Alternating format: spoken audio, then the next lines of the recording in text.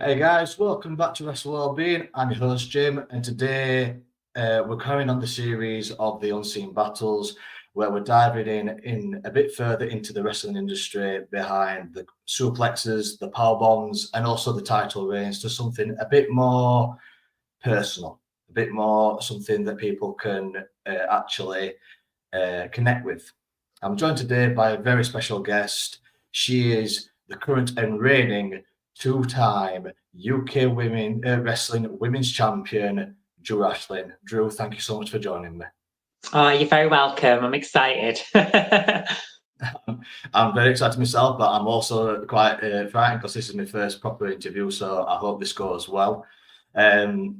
Bit of a backstory with myself and Drew. I've actually contacted Drew through our good friend and mutual friend Liam from Magic of Wrestling podcast. If you don't know who Liam is, go check him out. I'll put his link in the description below. Also, go check Drew out. She's absolutely fantastic. Just want to give us your socials. What are you on, Drew? You're on.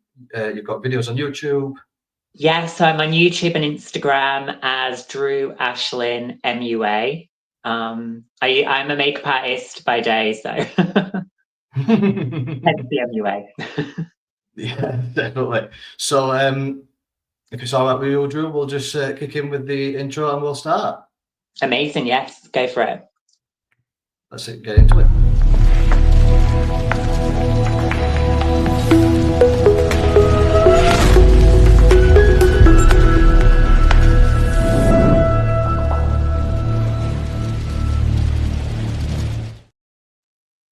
So, Drew, for those that are watching that don't actually know who you are as a wrestler, if you want to give us a brief overview as to how you started and sort of that sort of thing.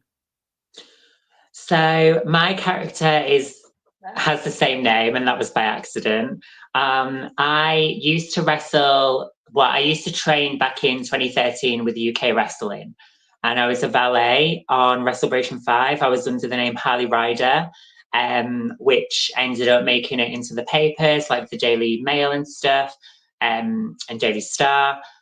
And then I had a massive break, and then I went back as a wrestler in 2023, and I started training and then debuted last year in July. And I was currently refereeing under the name Drew. And then my character turned on Nisa, and that's how I became a wrestler within the storyline. And I got announced as Drew. So I was like, my wrestling name is going to be called Ashlyn Icon. So can we change it to Drew Ashlyn? And then maybe in the future, I'll change it to Ashlyn Icon. And it kind of just stuck. So I just use my name now. And it's easier for social media. So that's kind of how I got actually back into wrestling. And then in terms of actually getting into wrestling, I met two guys when I think I was around 10, and they was obsessed with wrestling, and I just didn't have any interest at all. And then I remember we was playing wrestling one day, and I was like, well, what girl characters are there? Like, who could I be?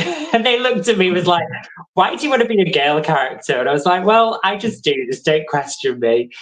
So then they told me that there was a wrestler called Sable. So I pretended to be Sable for a long time, didn't even know who she was until I went to Toys R Us and saw this action figure of Sable from the Stomp series. And I ended up convincing my mum to buy it. And then I still hadn't seen a match of hers at all. I remember there was a Royal Rumble pay-per-view coming up. And I said to my mum, can you please buy it for me? I really want to see Sable. And she wasn't even on it. The only woman that was there was China. And so I couldn't get into wrestling. And then when Lita debuted, that's when I was hooked. And it was Lita that really made me gravitate to it. She reminded me of Jet from the Gladiators, doing all these flips and stuff. And there was just something about her that really drew me in. And then that's how I actually got into wrestling. So yeah, I hope that answered your question. Yeah, because that's a great answer. So it really just seems as though it's something you've kind of grown up with. And do your family like watching wrestling, or have they seen you actually wrestle before? My dad came to watch me wrestle. He was coming up from London. My dad lives in London. And so he came up with his wife to watch me wrestle. I think it was Retribution. So I was having a match with Leonie Rose. It was like her redemption after all the torture that I put her through. That was really fun. I had 2 matches that night. So he got to see like a couple of my moves and just kind of how much I loved it. And then my sisters and my mum, like I send them links to the show so they watch it. But yeah, like my family like wrestling, but they don't watch it like I do. I kind of forced my mum to watch it. Like I remember like telling my mum if she could take me to see it live, and we went to see Raw live. I think it was in 2004 maybe, or 2003. I just remember like it was the first time I saw Lita live, and I think she was in a Fatal 4-Way. It was her, Victoria, Molly Holly, and Trish.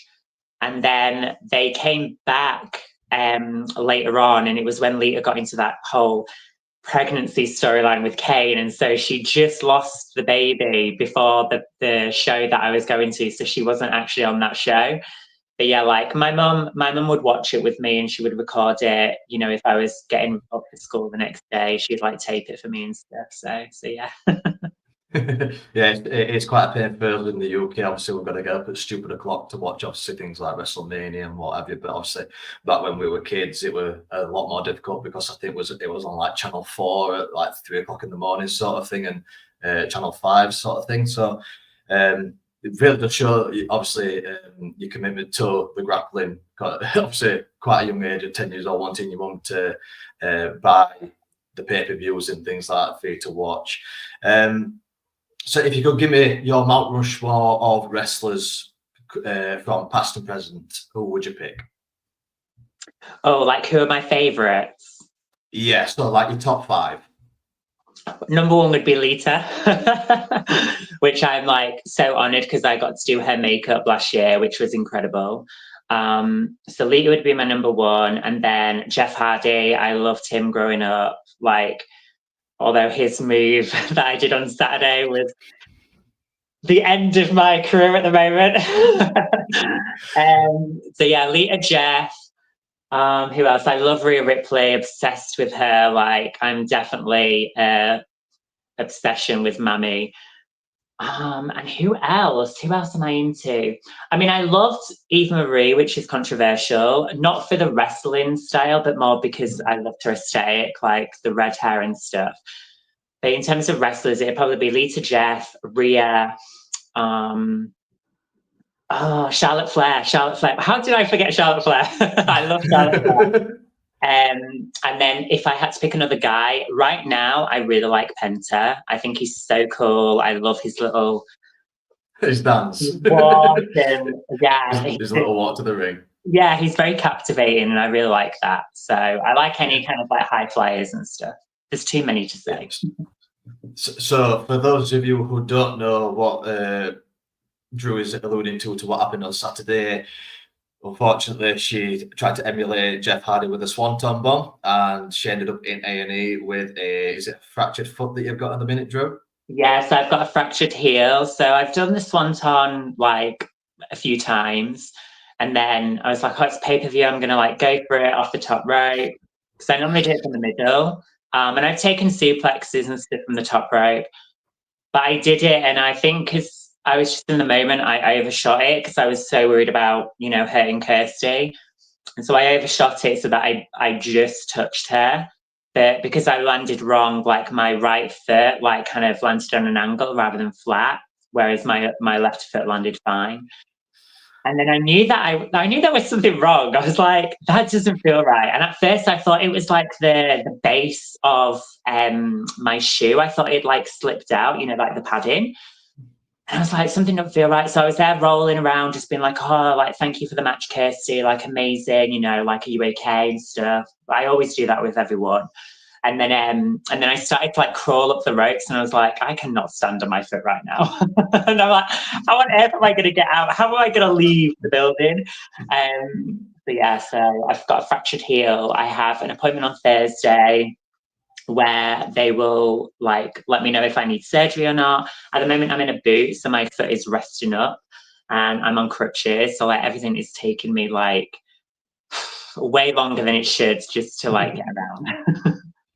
But yeah, well, I think think I speak for everyone watching as well as myself when we wish you the best of luck with your recovery. No. Know that you're going to absolutely kill it when you come back because you're an absolute boss. I've watched quite a few of your matches recently.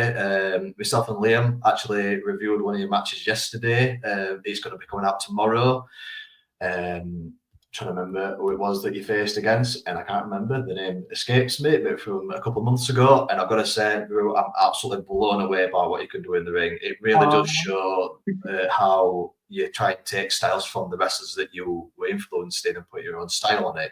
And I think that you do that really well. There's a lot of Lita in your style. There's a lot of Jeff. And for me, you have this aesthetic of China where you're obviously taller than the other female wrestlers, and you quite like to use that to your advantage. A bit, sort of like Rhea Ripley as well. And I'm not going to lie, I would love to see you do Rhea Ripley's makeup for like a WrestleMania or something like that. If you did that, I think that would be absolute killer. Is that sort of like the dream?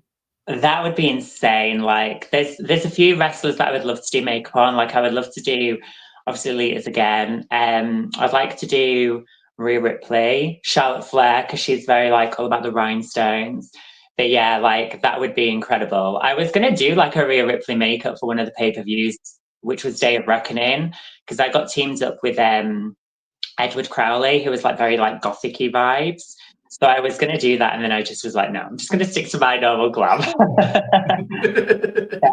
See, if I could pick someone for you to do their makeup, past or present, I would probably pick. Now, this might be a bit strange, but I would pick Bray Wyatt when he did sort of like like when he did the Fiend character. Yeah. If you would do to like the Rogers side of it. I don't know if you know, but I'm a massive Bray Wyatt fan. I absolutely love Bray Wyatt. I was captivated with him since the beginning. Is there anyone that other than the people that you've mentioned already, is there anyone that you can think of that when you first started watching wrestling, you were like, that is cool, that's awesome? For me, my top three is Undertaker, Kane, and Bray Wyatt. Who would you say is sort of like not an inspiration for your character, but sort of like an inspiration to how you do your makeup sort of thing? Is it just like you've mentioned Lita and Rhea and Charlotte and those wrestlers?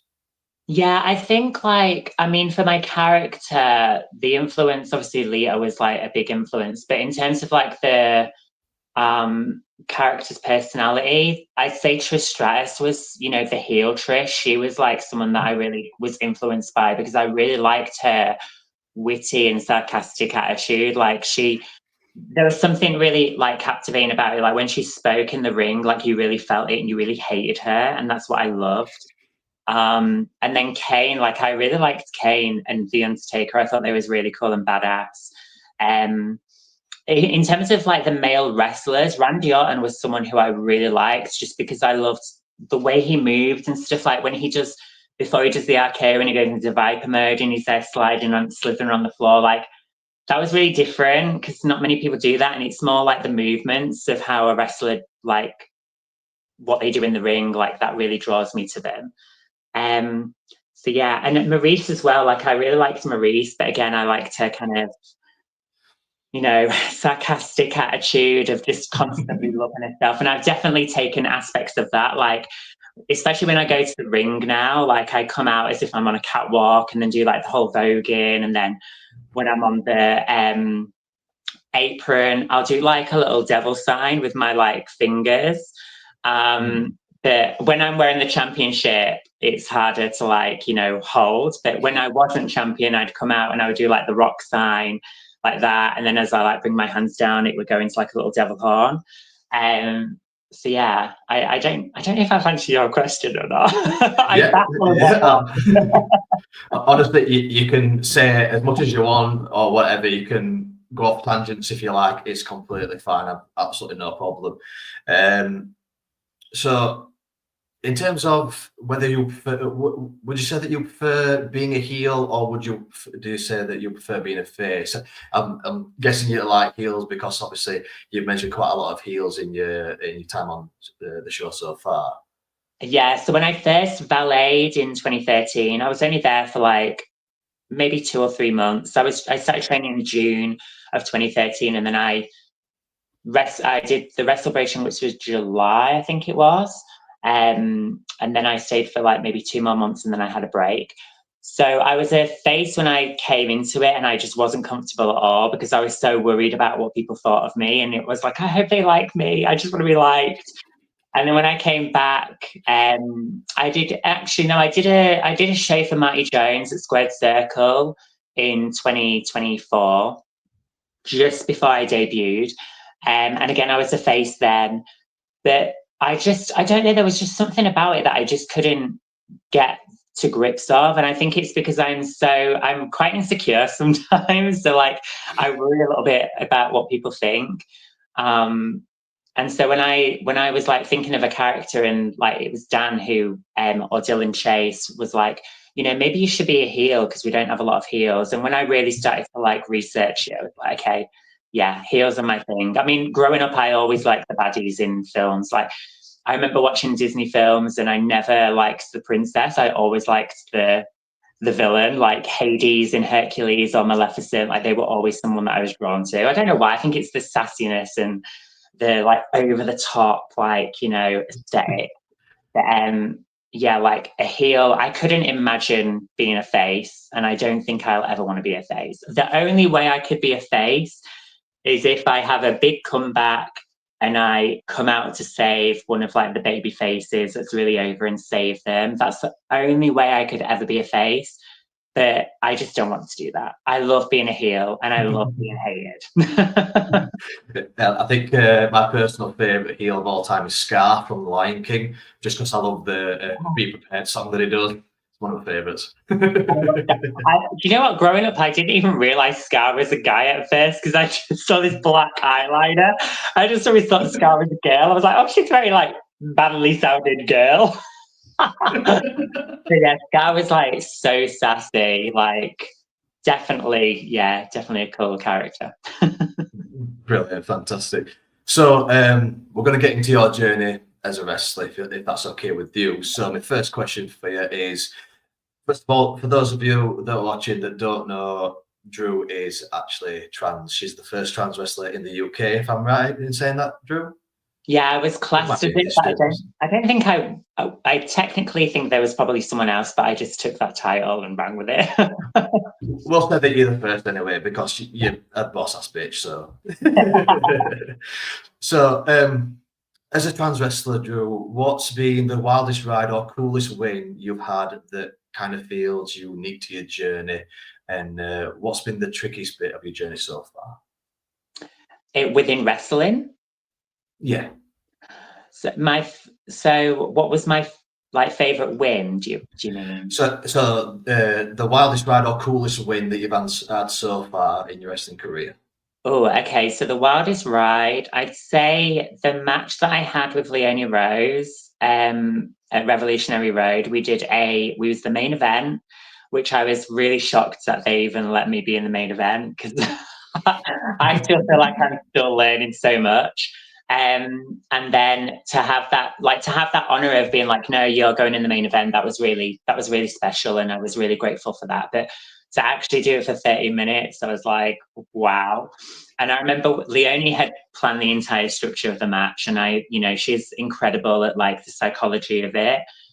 And so when we did that match, she wrote in the notes at like 15 minutes, Drew will be knackered. And I remember turning to her and went, I will actually be tired. Like, you don't need to write that.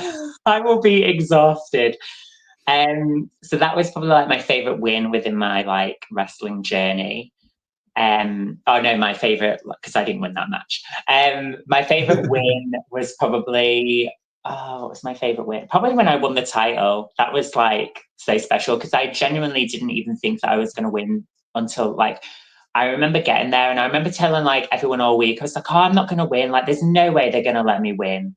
And then when I got there and they took me aside and there was like, you're getting the title tonight.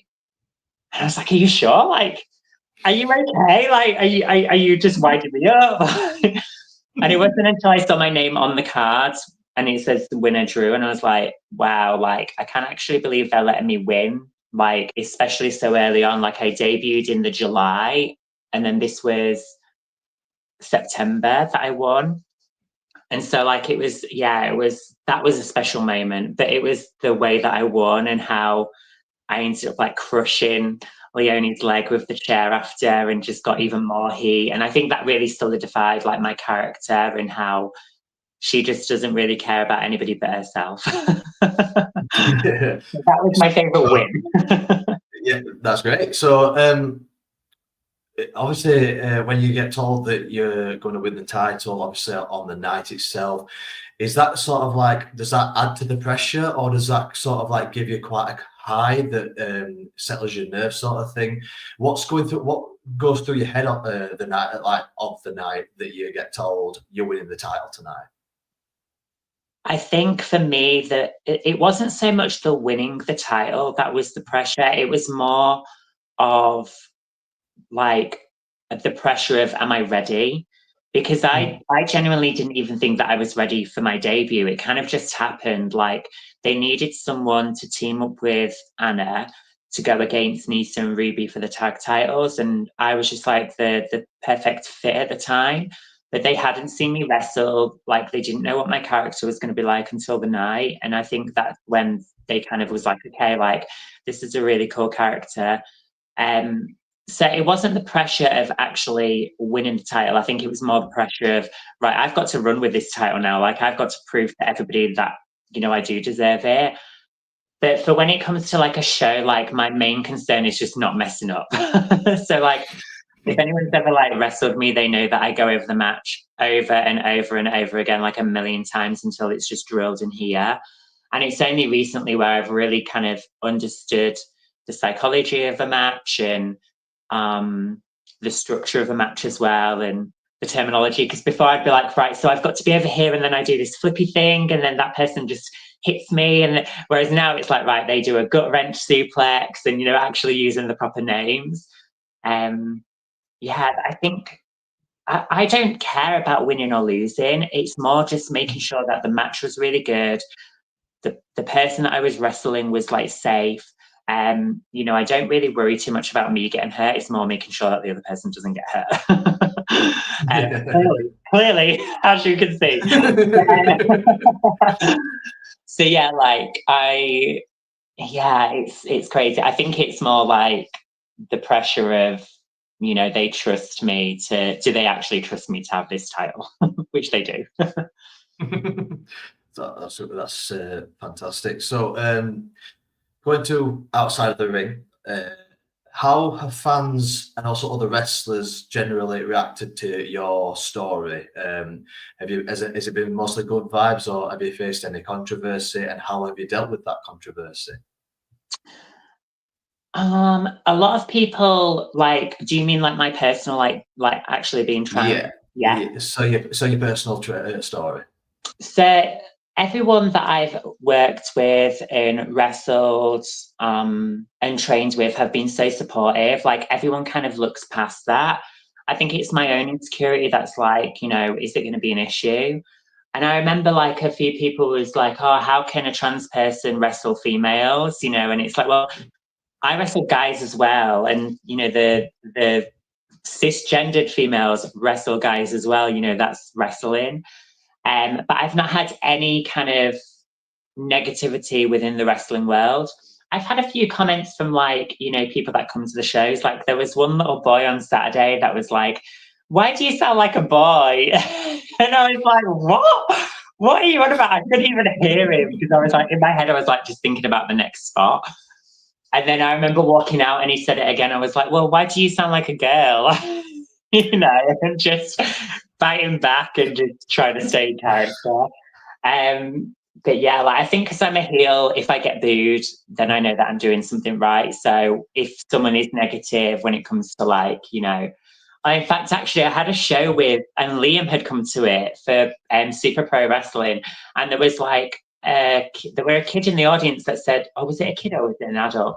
Someone said like, pull a wig off or something to Leonie, and Leonie was like, someone keeps saying pull your wig off. Like she was like, are they stupid? I was like, just grab my hair, and she grabbed my hair. She's like, it's not a wig, it's not a wig. And I'm like, what the hell? It's extension, not a wig. Like, come on, guys.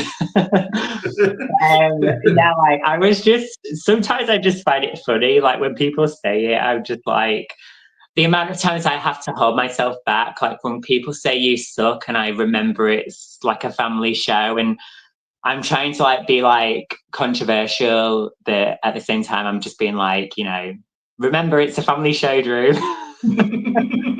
Every night it said like you suck once, and I was like, shh, don't tell anybody.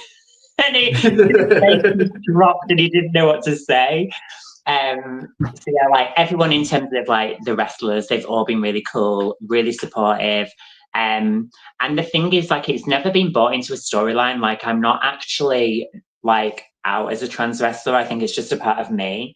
If it does come into a storyline in the future, I'll roll with it and go for it. But I think it's just more like Drew Ashlyn as a character. Like, that's just who she is. It's just one aspect which kind of resonates with my daily life. Like, when I meet people, obviously I tell them I'm trans, but that's just something that's like, yeah, it's part of my journey, but it's just me as a person. I can't change that, and I'll answer questions when it comes to that. That I think when people get to know me as a person, they understand that, okay, yeah, she's trans, but she's also a really nice person. She's really funny. She's a bit geeky or whatever. Yeah, it's great to hear that you get a lot of support from obviously your colleagues and everything like that.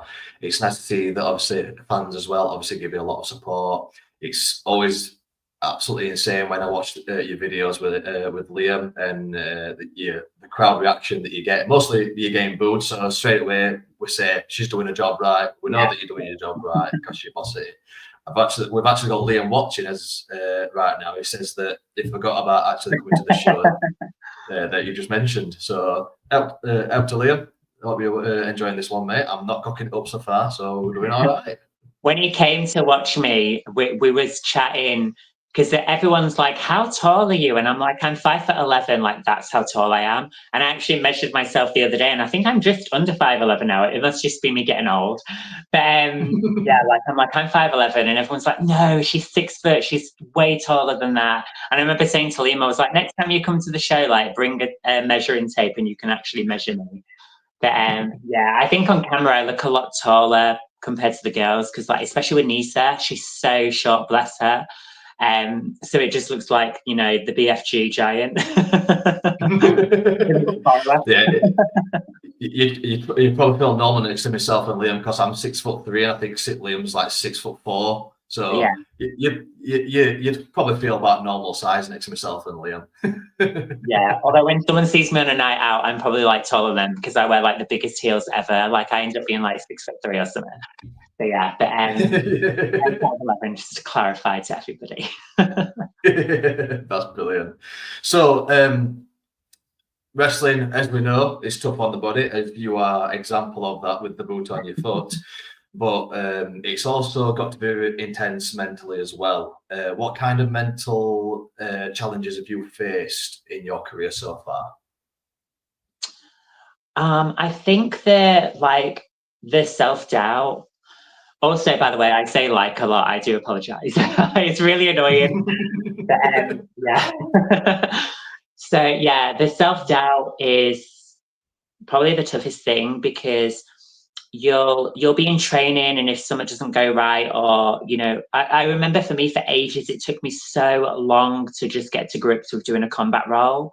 I couldn't understand where my feet needed to be and my legs and stuff, and I think it's just because they are like I have got really long legs. And I went to have private training with a guy called Ryan who runs Full Force Gyms. And he did have like a wrestling promotion for a little bit called Madhouse Wrestling. And I was having private lessons with him, and he really helped me like get better with them. Same with like Joe Sedgwick, like they really helped me. But it's more like, yeah, it's more the doubt of like, am I good enough to be here? And I remember like there was one time where I messed up in a match and I literally botched. It was with Kiara, and it was her like big comeback, and there were so many botches within that match. And afterwards I was like, do I even deserve to be champion? And do I deserve to be here right now? Like, you know, to the fact that I messed something up for like someone like Kiara was like really gutting. So they're like probably like the biggest challenges that you go through because, you know, you're always learning, you never stop learning. I'm still learning so much. Like it was only Saturday where I was comfortable enough to take a German suplex. Like Leonie's been pestering me for ages to be like, can I do a German suplex on you? And I'm like, no. And then Kirsty was like, can I do a German? And I was like, okay, I'll give it a go. And I was fine afterwards. But yeah, like it's the doubt of like, am I good enough to be here? And, you know, do I deserve this? That's probably the biggest challenges for me, especially when something goes wrong. Yeah, Especially definitely. if it's my move. Yeah, you basically did a Brock Lesnar. Yeah, You tried to do a move, you overshot it, and you ended up injuring yourself, like you did at WrestleMania against Kurt Angle. I mean, So you are the Brock Lesnar of the indie scene. I'm excited for the comeback, obviously, from this. I don't know how long it's going to be until Thursday when I find out if I need surgery or not. But I think the most devastating thing is the fact that, like, I hate letting people down. And Monday I was supposed to defend the title against Nisa, and it's just, I feel like I've let her down because we was getting into like this storyline between us both. But they've worked it out. You know, I did a promo where I kind of was recuperating, and just James like was the evil menace that he was, and he was like, "Oh, Drew needs to rest, so she's not going to be here tonight." But I think it's just like the letting down. Like I'm not in pain. Like it's sometimes irritating, but it's more just right. I need to come back stronger now. And it's that's the toughest thing. Yeah.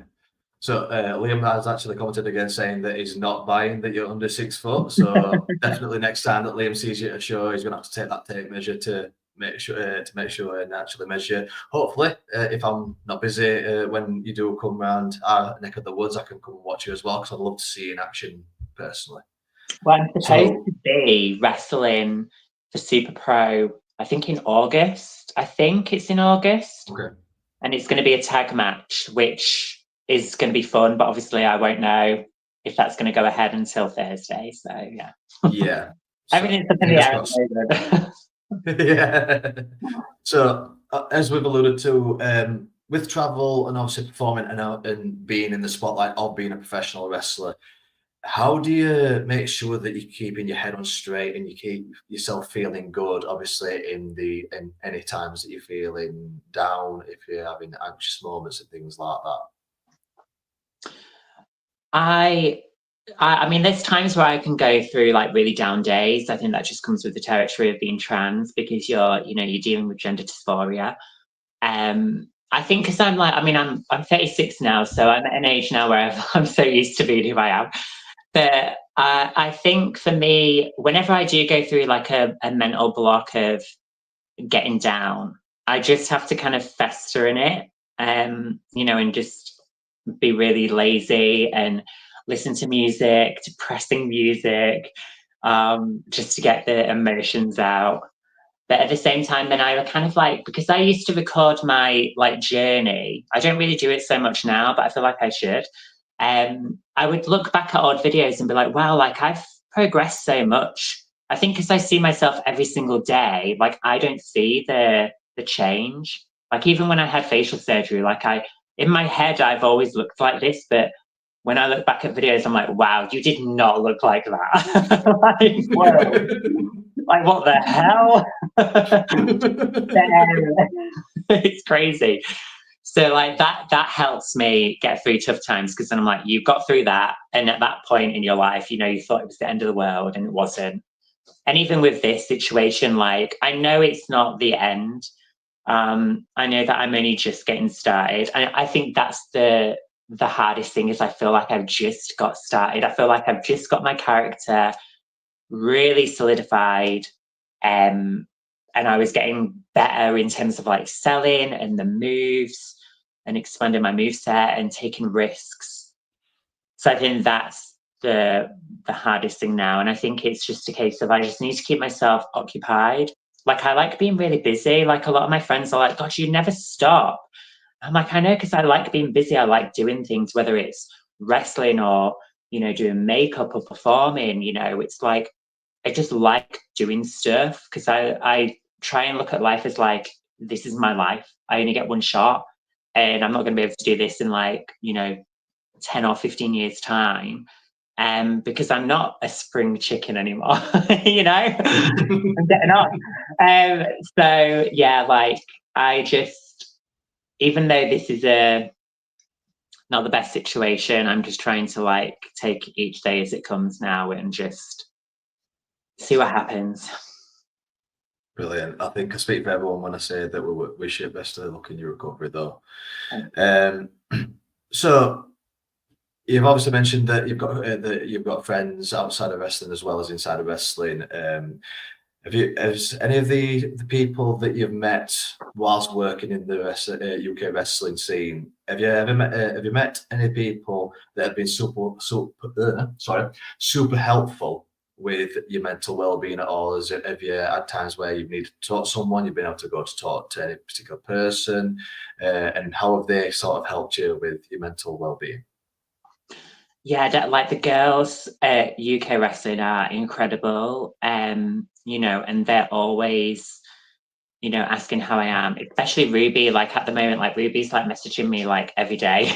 She's like, "Are you okay? How are you feeling?" And it's really appreciative, and appreciative. I really appreciate it. And then in terms of the past, if ever I've messed up in a match, Dan especially has been like, "No, you're doing really good. These things happen. Don't focus on it too much. Just think of it's what's done is done. Just go on to the next thing." So yeah, they've all really, really helped me, and everyone's been really supportive, especially at the moment. Because the first thing that was in my head was, "Oh, I need to vacate the title now because I can't defend it." And then I remember messaging, Jonathan and Joan was like, "Right, so I'll do a promo for Monday where I vacate the title and stuff." And I was like, "No, let's hold off." Chill out. We don't know what's going to happen. We'll come to that when it comes to it, but just look after yourself. And yeah, everyone's been really, really good. And then whenever someone's been through an injury as well, they've gave me support and been like, "Look, it sucks, but you'll come back stronger." And I think that's just what I'm thinking about now. Is right, my comeback. What am I going to wear? What's my character going to do? And it's definitely made me actually reevaluate my style of wrestling. My original finisher was the AJ Lee Black Widow, and then I just never used it for some reason. I just went to the Twist of Fate, and then I was currently learning the moonsault, and while I was learning that, I decided to do the Swanton Bomb as one of my finishers. So I think now it's made me think, right, okay, I want to really change up my style when I come back and give people something that they've not seen, from me yet, and just be more badass. More savage. I've already written the promo for when I vacate the title, if that does happen, and it's very savage.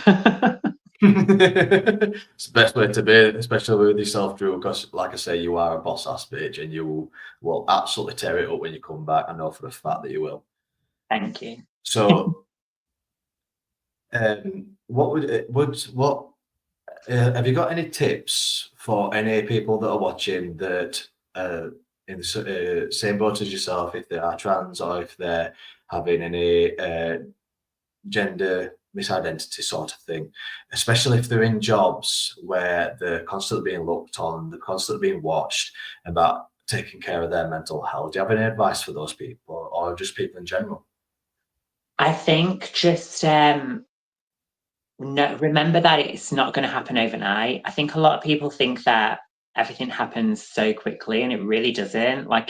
For my journey, I came out as trans when I was 18.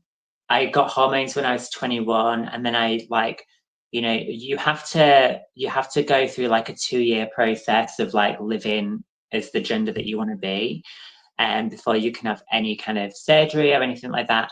So it's a long process, and it's an expensive process. I mean, my facial surgery cost me 11 grand, and I had to take a loan out and pay back 14,000, which took me like 5 years to pay off every month.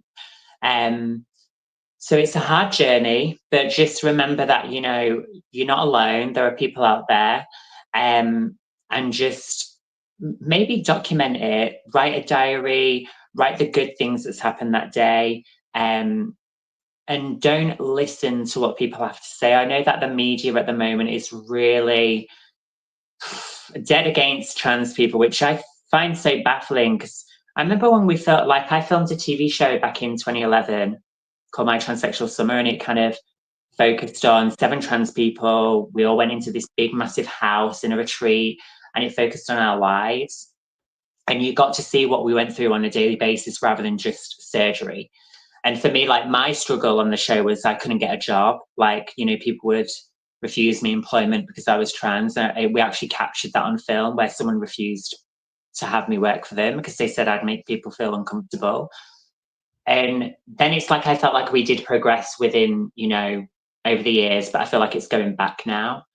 But just remember that there's so much support out there, and take every day, you know, one by one, because nothing does happen overnight. And, you know, the fact that you're being your true self is amazing, because we could go through times where we try and, like, I could have not transitioned and carried on being a boy and living in, you know, society where it's easier, because then I'm not going to get any prejudice, but then I wouldn't be my true authentic self. And so I would rather take the kind of backlash, and I would rather take, you know, the kind of witch hunt that the media is, you know, giving trans people right now, over being someone that I'm not.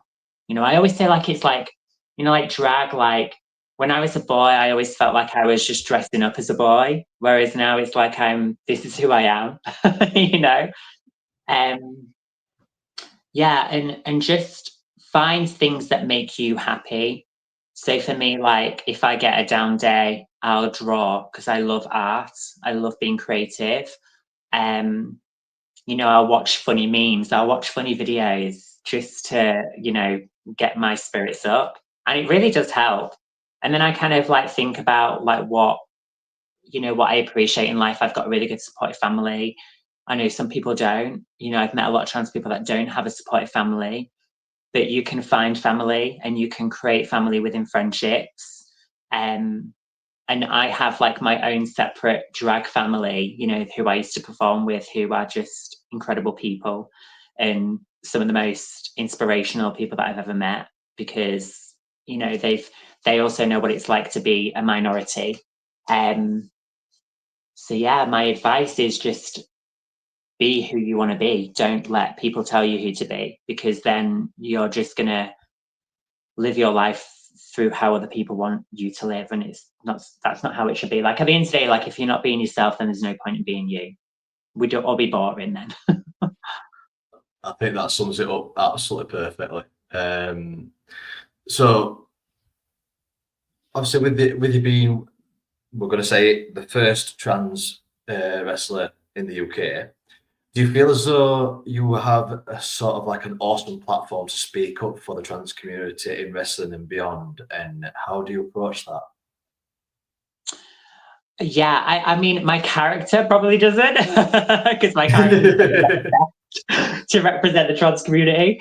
But I do think, like, when it comes to interviews and stuff, I do think I've got an amazing platform to be able to speak out about my journey, you know, not just about being, you know, a wrestler, but also just, like, you know, showing people that we're just people, you know, like, yes, I may have a slightly deep voice, and I may be very tall, but, you know, at the end of the day, it doesn't define who I am as a person, and just being trans doesn't really define me. And there's so many incredible transgender wrestlers out there now. And the reason why I joke about probably not being the first trans wrestler, like, how that actually came about was I'd done an interview for Chat magazine about, you know, my life after my transsexual summer. And I said that I was training to be a wrestler. And then a company had picked up on it. And then the whole premise of the interview was supposed to be that I was training to be a wrestler. But then when the article came out, which is another story to kind of talk about, it shouldn't have come out in the end, like, but it did. They made out as if I was the first trans wrestler in the UK, and that wasn't, because I wasn't a wrestler. I was training to be a wrestler. So I felt like a fraud, but, you know, I kind of roll with it. But I would say probably for me, Succubus is an incredible advocate for trans people. And she actually was someone that, you know, trained at UK Wrestling back when I trained before she transitioned. And if I knew what she was going through back then, like, I would have loved to have helped her. But I think what she's done for the community is incredible, where she's vlogged about her life. You know, she's like followed her wrestling journey, and she's going, you know, all to these amazing places around the world now. Like, I think trans people within wrestling, we're just getting started. But what's beautiful is the fact that we're not creating characters where we're like, I'm trans and blah, blah, blah. We're just who we are. And that's the amazing thing about it, because we're showing people that, yes, we are trans. We're not denying that, but that doesn't define us as a wrestler, you know? Yeah. Did I answer your question? I don't know. Yeah, definitely. I literally waffle on, and then I'm like, wait, have I answered the question? Honestly, I'm loving this so much that you could waffle on as long as you want to. Honestly, I'm absolutely loving this, my first interview. So if you could change one thing within the pro wrestling community, whether that's inside the ring or outside the ring, to make it more welcoming for LGBTQ plus athletes and just fans in general, what would you change, if anything? Oh, what would I change? I think what we need to see, and I think what would really help with like the trans community, is seeing a transgender wrestler on one of the biggest platforms within wrestling, which is WWE. And the reason being is because that then, you know, shows us in an amazing light. I mean, there's trans wrestlers within AEW, you know, and I think TNA maybe, but I think WWE would be like the best place to have a trans wrestler, because then it would show us that, yeah, this person's trans, but then they're being seen as just a wrestler. I don't know really what you could change. I think there's a lot of egos within wrestling. A lot of people with egos, you know, who probably think that they're the hottest thing ever. But I just think, you know, at the end of the day, just keep yourself grounded. Because, you know, egos don't get you far. When people start to see that you've got an ego, they don't want to work with you. Which is why, like, for me, when it comes to like winning and losing, that doesn't bother me. The only thing that I bother about is actually remembering the match. But yeah, that's such a hard question. Like, that's a really hard question to even answer. Like, I wouldn't even. I think, yeah, if we saw a trans wrestler in WWE, that would be like the best thing that could happen, because then we would, you know, we would be progressing, and it would be inspiring for other trans people who are in wrestling, because then they can see that they can get to the top, you know, and that they're not going to be stopped just because of their gender. And it'd also be inspiring for like little boys and girls. You know, I'm a heel, but I've got a few, you know, kids that love my character. And there's one little girl called Imogen who comes to wrestling, and she's just the cutest ever. She reminds me of my niece. And she was wearing like my t-shirt on Saturday. And yeah, it's just like, I'm still a baddie, but like, I always say like, oh, if you're iconic enough, you can be in like the icon club. And so like, if like people are on my side, then I'll be like, okay, you're iconic, you can get a little hand clap from me. But yeah, WWE, I think, is the way to go. They need to get on it. I don't think it'll be me, but I think there will be someone out there who will definitely get far. I think Succubus would be probably a really good person, because in the ring, she is incredible. She's got an amazing look, so different. Yeah, I think she'd be a good advocate for the WWE. I was actually going to say, you never know. In a couple of years, we might see Drew Ashlyn pop up in NXT. I mean, that would be cool. It would be cool, but I think I try not to look too far and too big, because then I'll just like my dreams will get crushed. But for me, like just even coming back and actually wrestling was like an accomplishment of mine, and I made like this little checklist of like things that I wanted to do. One was get back into wrestling and actually wrestle. Then the other one was winning a championship. And then the third thing was like learning a moonsault. So like my goal this year was to learn a moonsault, and I'm like so close. But the other two I've done now. So whatever comes my way is just like the icing on the cake, like the cherry on top. I'm just really grateful for any opportunity that I get given. When someone wants to book me, I get so honored, because I'm like, you want me? Like, when you're going to chosen, you've asked me, you know?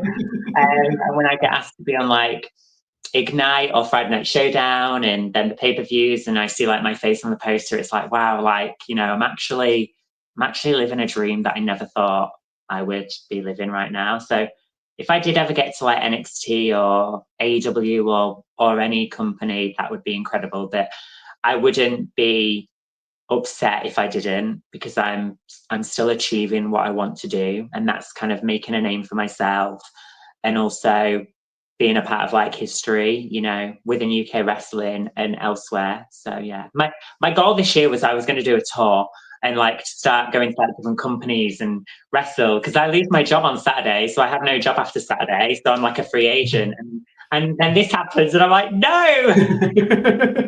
I said to my friends, oh, I can't wait for a break. I wasn't expecting this kind of break.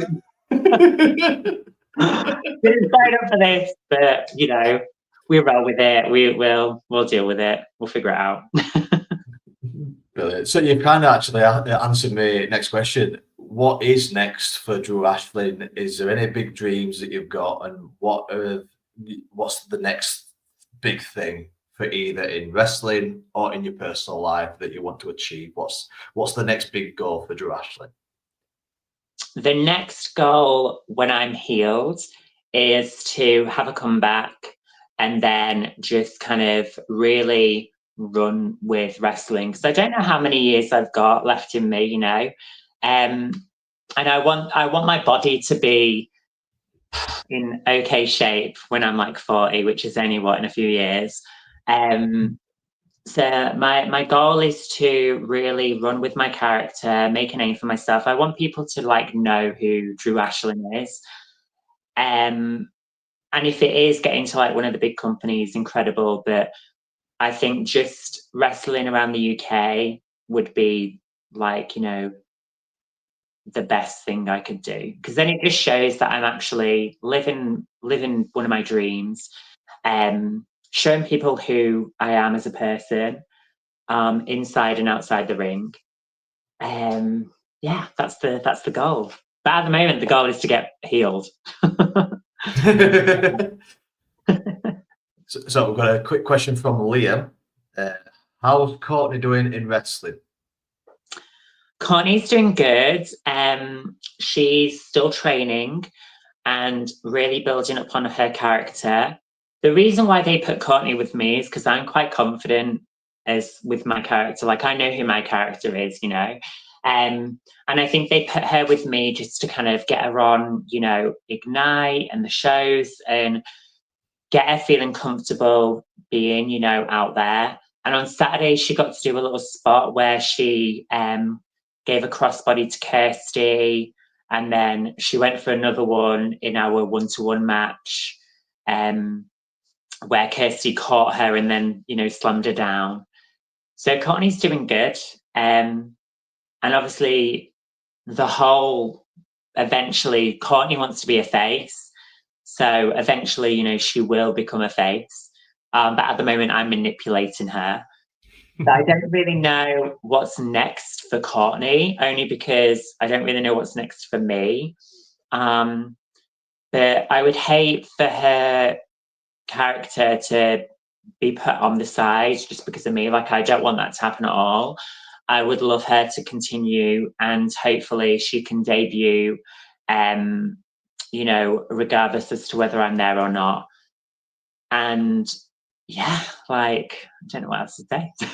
But she's doing really good. And she's such a cutie. She's got the look, like her whole look is there. I just think she needs to get more confident in the ring, which, you know, takes time. It takes some people longer than others. But I think when she gets that full confidence, she's going to smash it big time. I mean, have you seen the guns on her? Like, I don't like the picture man next to her. I always say, you don't stand next to me. Like, you make me look awful. Honestly, it looks like grandma. Oh, brilliant. So, I'm going to finish off now, Drew. Is there anything that you want to say to people that are watching, whether that be someone that might be a young trans kid that is wanting to get into wrestling, whether it's just people in general, about either what to do if they are experiencing mental health problems and things like that? Is there anything you want to just finish off with?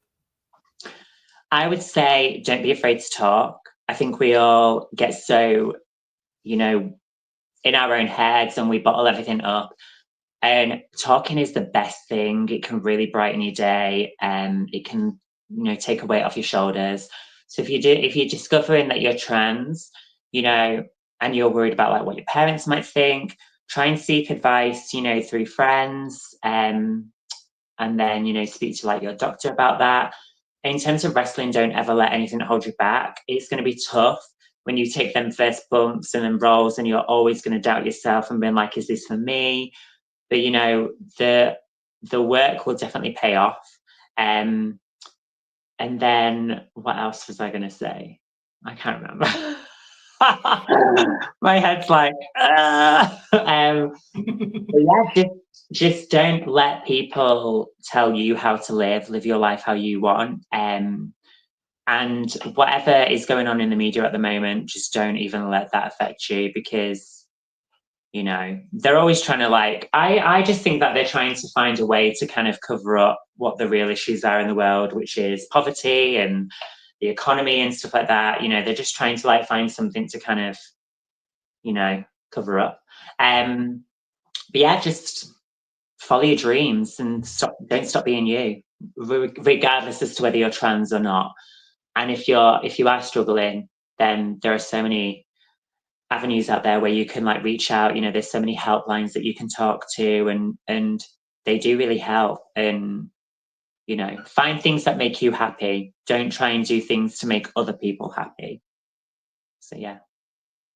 Perfect. It's a perfect one to end on. So that's all for today, guys. I want to thank Drew Ashlyn so much for coming on my first ever interview on the Unseen Battles.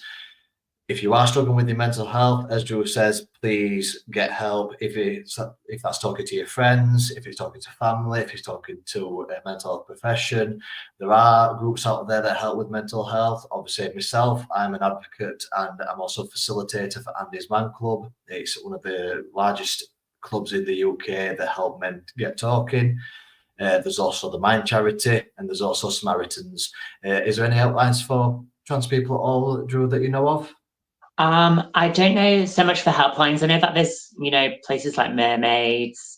I think there's like Turning Point, but I think that's more just for like mental health, you know, for like young people. But yeah, like there's so many places like Gendered Intelligence and stuff like that where you can look out. Just literally type in, you know, transgender helpline on Google, and things will come up. But, you know, whether you're, you know, an adult or a kid, there's so many helplines out there. And yeah, like just talk to someone. That's basically all, guys. So I'm going to leave links to Drew's socials in the link below. I'm going to say it one more time, Drew. Thank you so much for coming on today. I'll give you all the last word to end the podcast. I just want to say thank you for having me. I'm honoured that I got to be your first guest. Sorry for annoying people with all the likes. But having said that, hit like on this channel and this video and subscribe. And yeah, just remember that if you're not being yourself, then there's no point in being you, and life is too short to live it through other people. So yeah. Fantastic. Brilliant way to end it. Fantastic from Drew. See you guys later.